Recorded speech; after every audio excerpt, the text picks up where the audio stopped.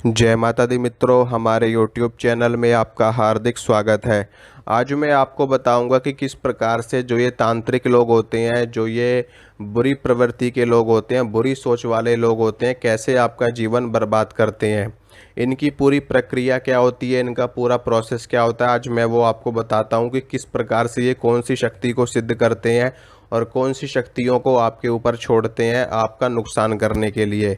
सबसे पहली चीज़ मैं आपको ये बता दूं कि ऐसे लोगों के पास में कोई भी बड़ी सिद्धि नहीं होती है, कोई भी बड़ी शक्ति नहीं होती है।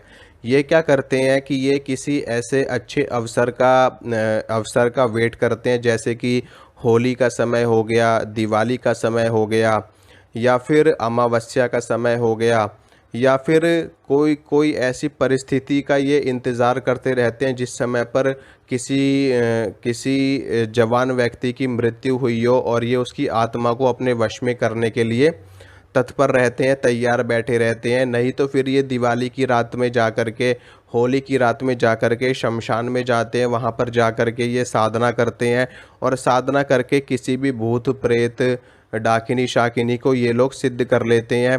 किसी जिन्न को, खबीस को, बेताल को, या इस तरह की चीज़ों को ये लोग सिद्ध करते हैं। ठीक है, क्योंकि ये सारी चीज़ें एक दिन में सिद्ध होने वाली होती है। ज़्यादा से ज़्यादा 11 दिन या 21 दिन में ये चीज़ें सिद्ध हो जाती हैं, अगर आप अच्छे मुहूर्त पे, अच्छे नक्षत्र में इनकी साधनाएं करोगे, रात्रि काल में करोगे, जैसे कि अमावस्या की रात्रि हो गई, या होली की रात्रि हो गई, ग्रहण का समय हो गया, दीपावली का समय हो गया। ऐसी रात्रि में एक दिन में इन सभी चीज़ों की सिद्धि प्राप्त करी जा सकती है। अगर आपके पास कोई योग्य गुरु है जिसने इनकी सिद्धि प्राप्त कर रखी हो, तो वो आपको एक दिन में इनकी सिद्धि प्राप्त करवा सकता है। तो जो ये तांत्रिक लोग होते हैं, इनके पास कोई भी बड़ी सिद्धि नहीं होती, क्योंकि बड़ी सिद्धि को सिद्ध करने में, बड़ी शक्ति को साधने में काफ़ी समय लगता है, वर्षों का समय लग जाता है, महीनों का समय लग जाता है। इनके पास इतना सामर्थ्य नहीं होता और ना ही इनके पास इतना समय होता है कि ये किसी बड़ी महाशक्ति को सिद्ध कर लें। दूसरी चीज़, अगर ये किसी बड़ी महाशक्ति को सिद्ध कर लेते हैं तो इनके अंदर बुरे विचार रहेंगे ही नहीं। वो बड़ी शक्ति इनको बुरा कर्म करने ही नहीं देगी। अगर ये बुरा कर्म करते भी हैं तो वो शक्ति इनका साथ छोड़ करके चली जाती है। मान लीजिए किसी व्यक्ति ने हनुमान जी की साधना कर ली और वो व्यक्ति चाहे कि मैं हनुमान जी से बुरा कार्य करवा लूँ, तो मतलब ही नहीं है, हनुमान जी उस व्यक्ति का ही सर्वनाश कर देंगे, लेकिन किसी भी व्यक्ति का बुरा नहीं करेंगे। मान लीजिए किसी ने माता महाकाली की सिद्धि कर ली। माता महाकाली जो कि सर्वज्ञ है, सर्वगुण संपन्न है और माँ दुर्गा का ही एक स्वरूप है। माँ दुर्गा के 3 स्वरूप हैं, माता महाकाली, माता महालक्ष्मी, माता महासरस्वती। तो जो बड़ी शक्तियाँ होती हैं वो कभी भी बुरा कार्य नहीं करती। अक्सर देखने में ये आता है कि कई बार लोगों के ऊपर काली की चौकी छोड़ दी जाती है। वास्तव में वो काली नहीं होती जो लोग समझते हैं। ठीक है, वो कोई कोई भूत प्रेत, इन श्रेणी की कोई शक्ति होती है जिसको काली का रूप बना करके भेजा जाता है। इसीलिए वो जा करके अपने आप को घोषित कर देते हैं कि हम काली हैं, हम शीतला हैं, हम फलाने देवता हैं, हम फलाने देवता हैं। वास्तव में ऐसा नहीं होता है, क्योंकि जितनी भी बड़ी शक्ति है, कोई भी बड़ी शक्ति, मैं ये बात 100% कह सकता हूँ, पूरी गारंटी के साथ कह सकता हूँ कि कोई भी बड़ी शक्ति, कोई भी महाविद्या, कोई भी उच्च कोटि की शक्ति कभी भी किसी का बुरा करती ही नहीं है।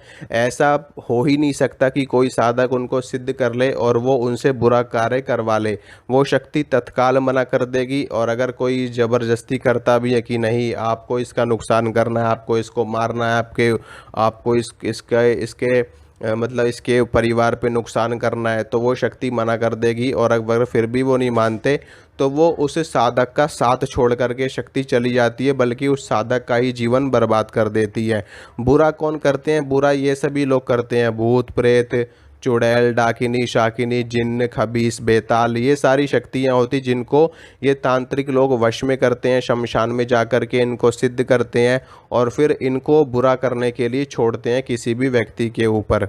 और इन तांत्रिकों को क्या पता कौन बुरा, जिनसे जिनसे इनकी दुश्मनी है उनके ऊपर तो ये सीधा सीधा छोड़ देते हैं।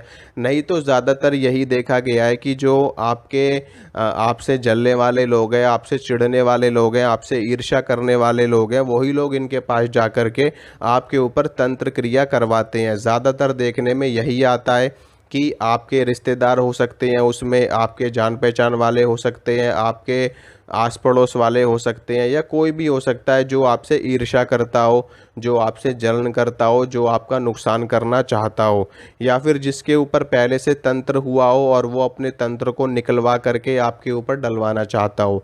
तो इस तरह की चीज़ें इन्हीं सब नकारात्मक शक्तियों के कारण ही की जा सकती हैं। कोई भी बड़ी शक्ति बुरा कार्य नहीं करती। तो यही थी आज की जानकारी। और इसी इसी इन्हीं शक्तियों को वश में करके जो तांत्रिक लोग होते हैं अपना कर्म छेड़ते हैं, अपना कर्म करते हैं लोगों के ऊपर। और ये किस लोगों के ऊपर कई कई सारी शक्तियां छोड़ देते हैं, क्योंकि इनके पास कमी नहीं होती भूत प्रेतों की। इनके पास हजारों की संख्या में भूत प्रेत होते हैं। ये हम जाते हैं शमशान में, शमशानों में लाखों करोड़ों भूत प्रेत वास करते हैं। कई सारे भूत प्रेतों को ये एक साथ बांध लेते हैं, कई सारे भूत प्रेतों को भोग दे करके एक साथ बुला लेते हैं, उनसे कार्य करवाते हैं, उनको तरह तरह की जगह छोड़ देते हैं, कहीं कहीं कई कई तरह के लोगों के ऊपर छोड़ देते हैं और उनसे ही बुरा कार्य ये लोग करवाते हैं। तो आशा करता हूँ मित्रों जो जानकारी मैंने आपको दी है अच्छी लगी होगी, पसंद आई होगी। तो वीडियो को लाइक कीजिए, वीडियो को शेयर कीजिए, चैनल को सब्सक्राइब कीजिए। मिलूँगा आपसे अगली वीडियो में। जय माता दी।